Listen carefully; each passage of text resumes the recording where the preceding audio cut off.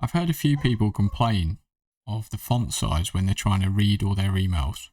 Now, if you're using the web version of Outlook, it's actually built into the browser to increase the font size and not related to the software itself.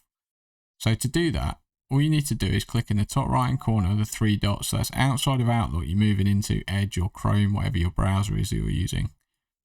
And then you've got this zoom option.